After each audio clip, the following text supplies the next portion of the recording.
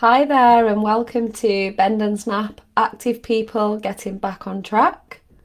Welcome to another Tuesday live session coming from sunny Leeds, sunny, rainy Leeds. It's been an interesting day.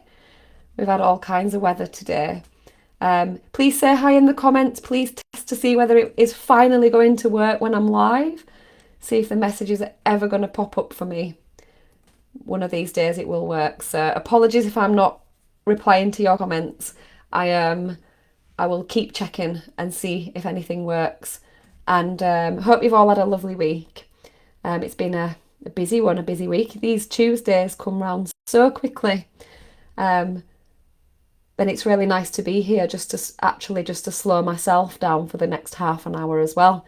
Because I feel like I'm a child in a nursery who's just moving from one thing to another, just playing with all the toys, not knowing which one to go to next. And I feel like my days are a lot like that, where I do lots of things that I love doing, and I just seem to be moving around all over the place.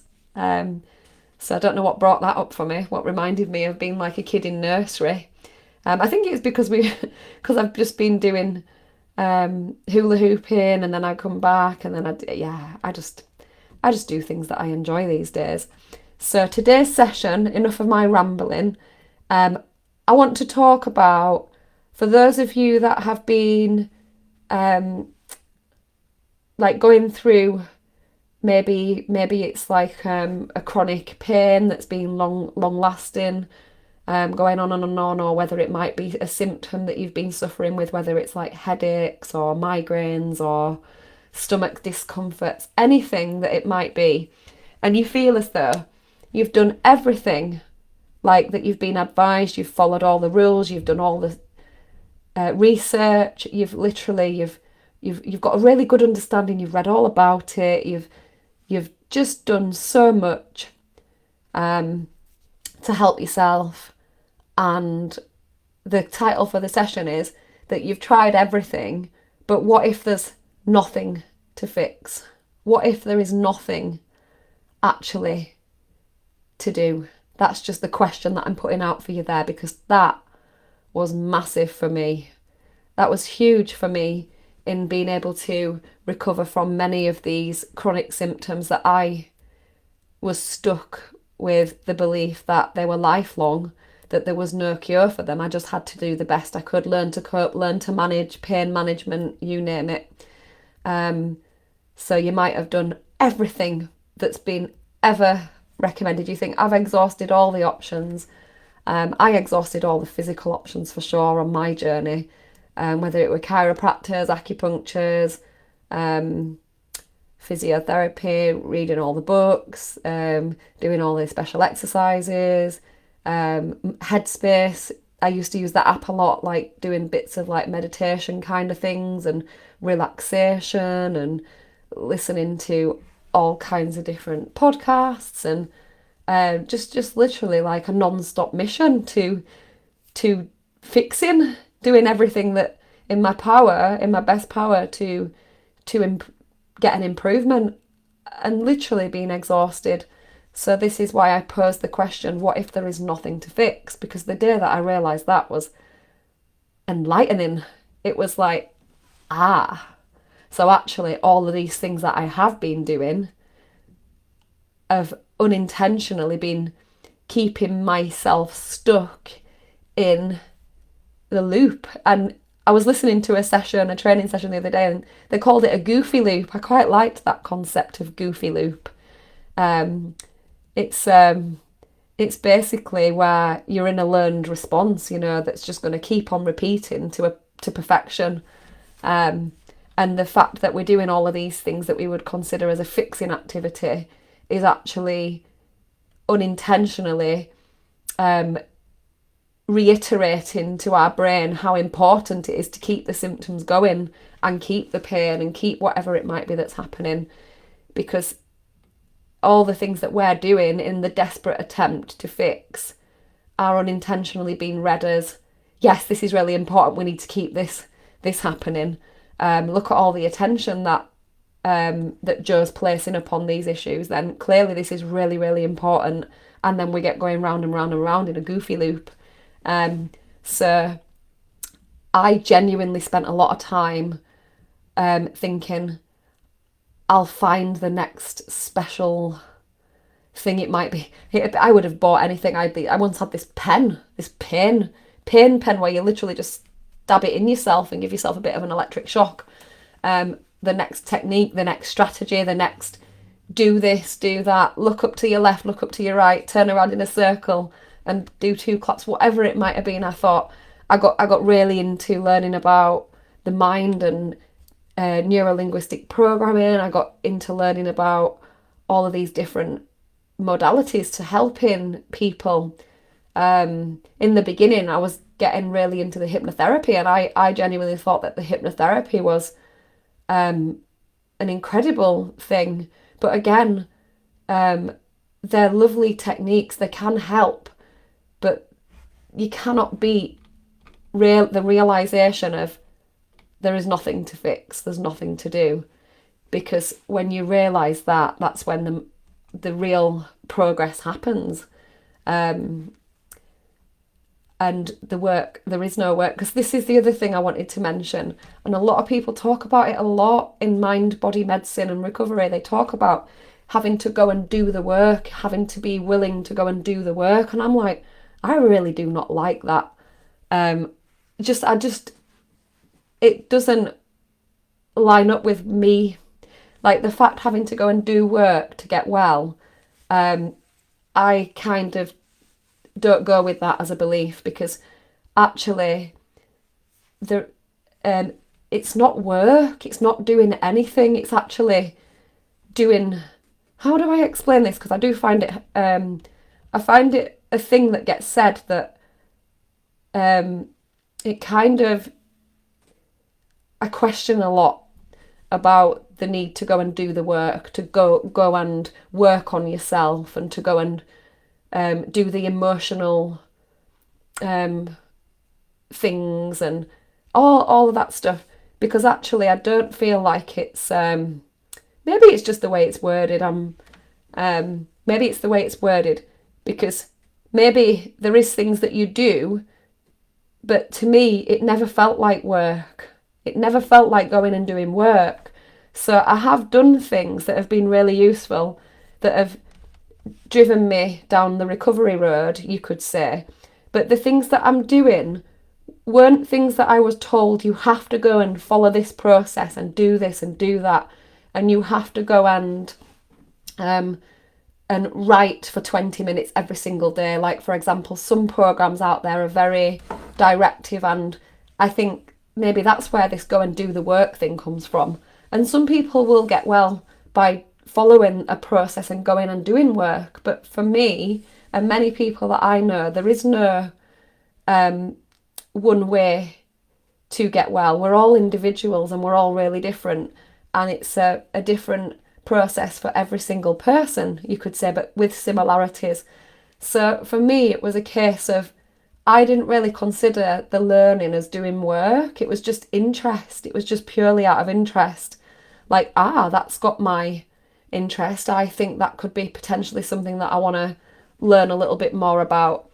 So maybe I just didn't see it as doing work, and I just saw it as really interesting. And when you know that there's a potential that you could find some relief for yourself if you're going through chronic pain or chronic symptoms, then it didn't feel like work to me. It felt as though it got easier, because it felt as though when I kind of had an idea what was really happening, and that all pain, all symptoms are all being generated in the brain, it's all real. We feel in what we feel. It's not imaginary. It cannot be made up. It cannot be our own fault. It's something that happens automatically. When I knew all of that, it felt like less work for me, because what did feel like doing the work was when I was doing all these special strengthening, special stretches, using hot pads, cold pads, spiky mats, acupunctures, special, doing appointments, having nerve ablations for radio frequency, having procedures, That felt like work. I'm not going to lie. That just felt like non-stop having to work physically on my body, having to like even just wash the windows to get moving on a morning, and that felt like work. But then when I got into this understanding, learning about Dr. Sarno's approach and mind-body medicine, to me, that this is why I struggle when people say about doing the work, because it's never felt 1 minute like working since I got involved in these approaches. And I knew that you didn't have to follow any particular process. There was no, if journaling's not your thing, journaling's not your thing. If it doesn't feel like a good idea and it doesn't feel like something that you would do if you were already well, then it's not an essential requirement to recovery. So this is why I maybe come up with the title for today's session about being a little bit passionate about what if there is nothing to fix? Because if there's nothing to fix, then why would you need to go and do a meditation if it wasn't something that just took your fancy, and meditating wasn't something that you would have done anyway? So it's just about the reason behind, if you're doing something with an energy of wanting an outcome of this is going to get rid of this pain, then that's fixing. And actually, to me, doing the work means stopping doing anything to fix yourself. So doing the work is just doing you, which is easy. It's easy to be you. It's easy to follow your own passion. It's easy to be your authentic self.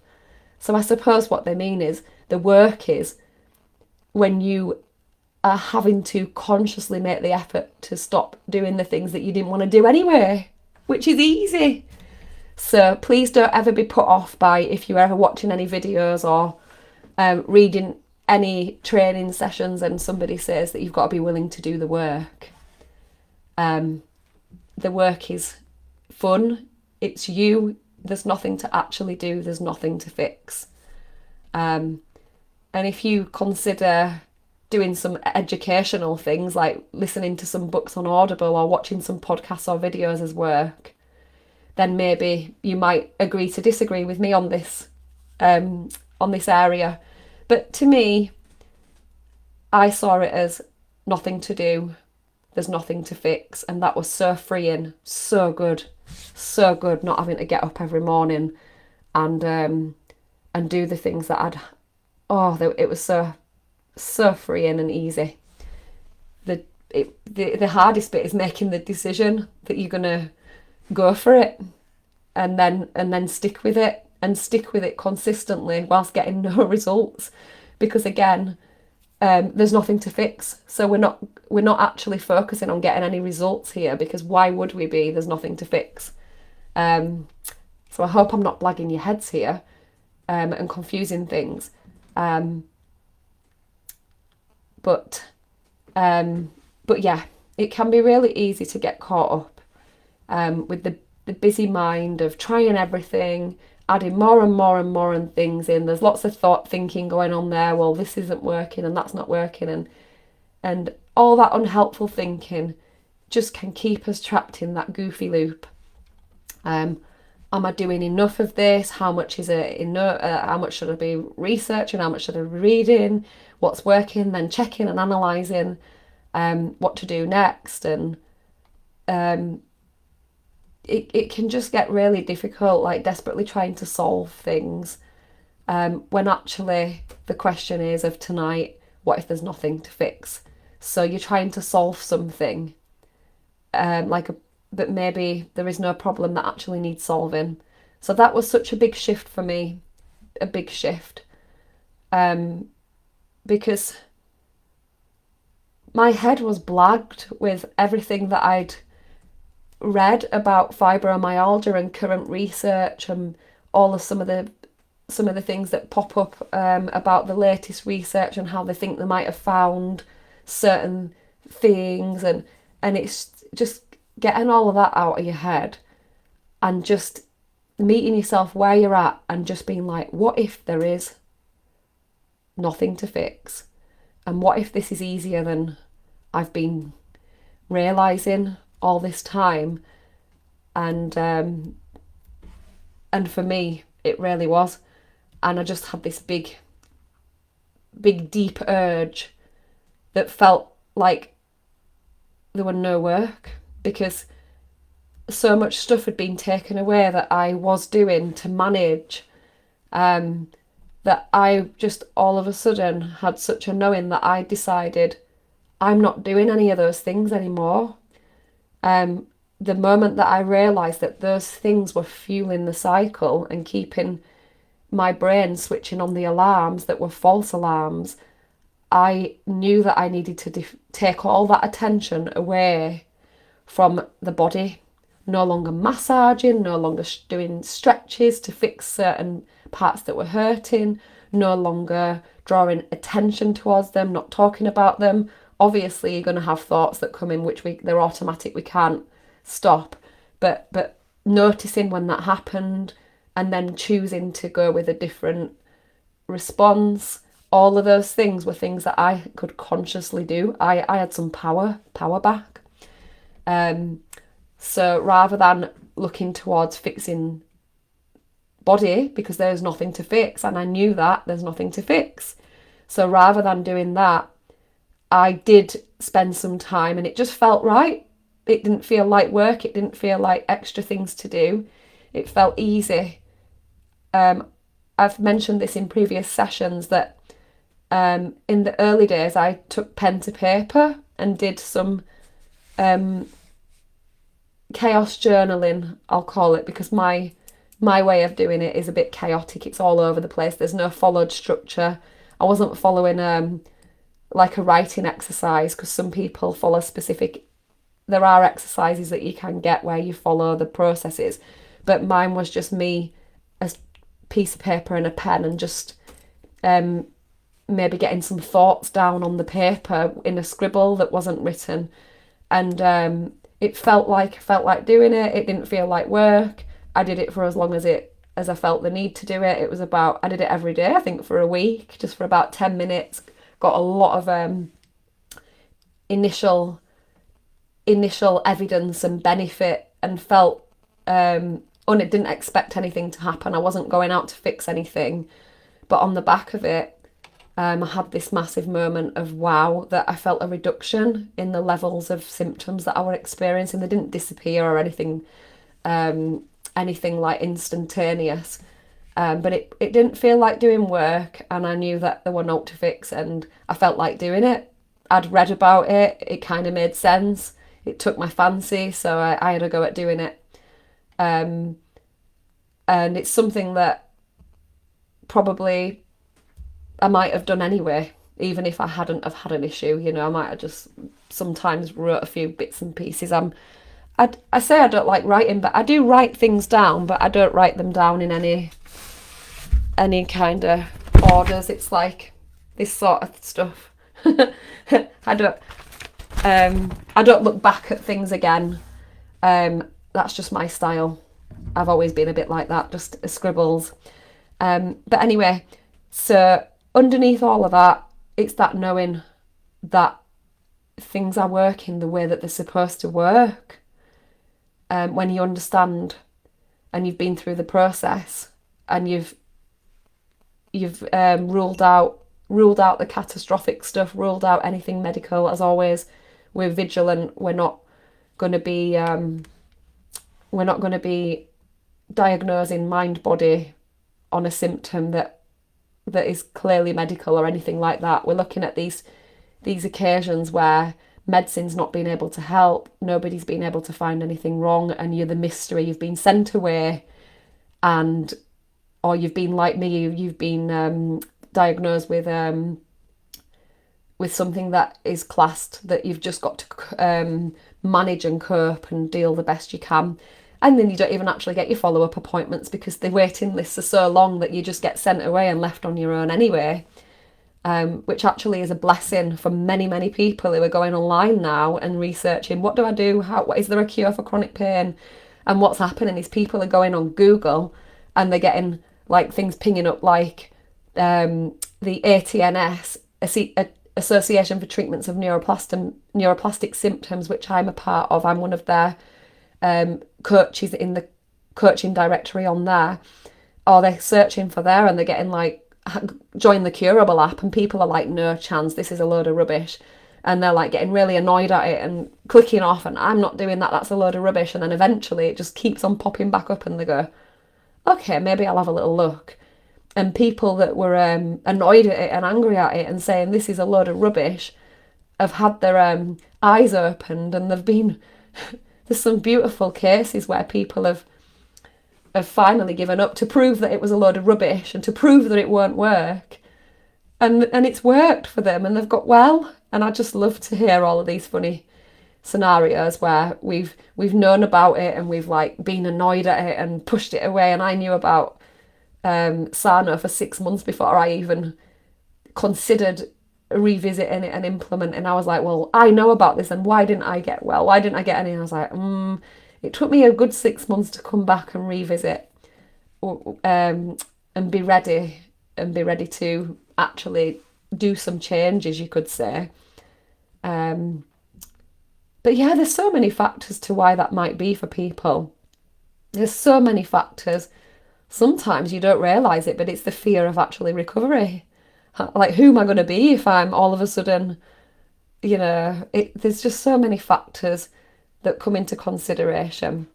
So, yeah, I just want to reassure you that actually, if you hear the expression doing the work, don't get put off. The work does not feel like work. It feels like luxury compared to if you've been stuck for quite a while. If you're classed as chronic, then you've been stuck for at least 3 months or more. And for many people, it might even be three. It might even be into the 10s, 20s and 30s and whatever, 40 years. It doesn't matter about time. It doesn't matter. There's still nothing to fix. And the process is still less work than you might think if you're hearing a message of do the work. Yeah, we're not going to be all about trying to fight, fix, putting in more effort. It's not all about that. It's not all about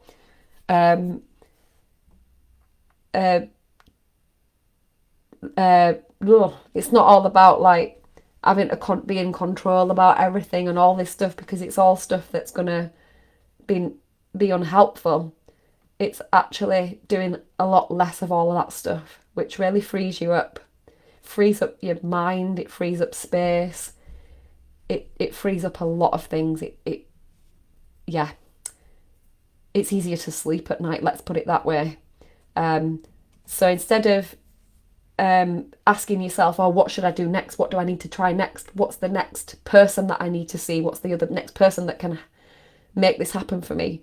Please know that nobody needs to fix anyone. Another person, they can be beautiful support, but that other person is not going to fix you because there's nothing to fix, and they can't do that. They can't do that for another person. Nobody can. Nobody can. So instead of being like, oh, what do I need to do next? It's more about what actually feels good to do now. What feels good? What do I feel like I want to do? Yeah. And if the answer is I feel like I want to go for a walk, there you go. You've got the answer. If you just want to sit with a drink, there you go. If you want to watch silly videos, my mum keeps sending me so many funny videos. She sent me a video of people skipping, it was so fun. It's amazing to see how different people's skips can be, and it was like a range of people of all different ages, men, women. They were just so funny watching these people skip. We literally just put the video on at the beginning of the hula hooping and we just stood there laughing. so funny before we started. Anyway, you might want to go have a nap. Why not? If it feels good, just don't stay there every day for the next week. But anyway, there's no structured way. There's no protocol that you need to follow. It can feel horrible following something so strict. I know people that are following very, very strict dietary things, and it's so complicated, so overly complicated that actually we could unintentionally be amplifying our symptoms because they get louder and louder on the back of what we're doing, and we think we're doing something to help, and then getting frustrated and wondering why it's not working. So just whatever you feel, follow what feels good for you. Yeah, with a genuine understanding that there is no work. We're not here like to have to work on ourselves. We're absolutely fine the way we are. So we're here to live. Yeah, so there is some trust, obviously, in these things. Trusting that your mind knows how to settle itself. It knows what to do. It knows how to quiet and all by itself. When we leave it to do what it does. And if we're having so many of those unhelpful thoughts, and then we're sticking more and more in there by what else do I need to do? What else do I need to do? Why is that not working? And all this stuff. When we stop doing that, everything just settles and quietens. So I'd be more than happy to chat about this forever and ever and ever. So I apologise that my comments are not working on Facebook. Facebook no longer seems to allow the comments to work. But thank you all for being here, and I look forward to seeing the comments afterwards. Thanks for joining me each Tuesday. As always, please share in the groups if there's any questions or insights, any requests, anything like that. Get in touch. If you'd like to meet, please drop me a message and we can sort that. I encourage you to, if you're unsure about anything, get some answers. Meet with any one of the practitioners in this space. There's not enough of us. There's a big drive actually to get more and more people to come into this supportive mind-body medical world. So if many people who do come into this as a profession, they do have their own recovery stories, and it seems to be the case with the majority of people that I've met in this world, that they've found themselves now doing this for a living because they can't not, because they've seen it for themselves, they've experienced it for themselves, and it's like a massive drive that this more and more people need to know about this. And just as I guess medicine's catching up, and just as it's filtering into the mainstream medicine system, it's our responsibility now that we know this stuff.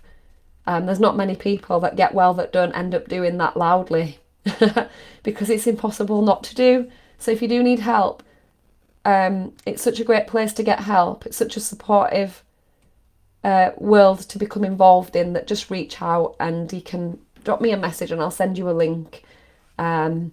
And yeah, I encourage anyone that wants to take advantage of those sessions to go for it, because I am finally getting really busy, which is lovely. It's really, really good that I've been taking it slow, but I'm starting to get really full. Like literally, I don't have many spare gaps anymore each week. So yeah, get in touch if there's anything you'd like me to help with, and I'll see you all next Tuesday. So have a lovely week. Bye.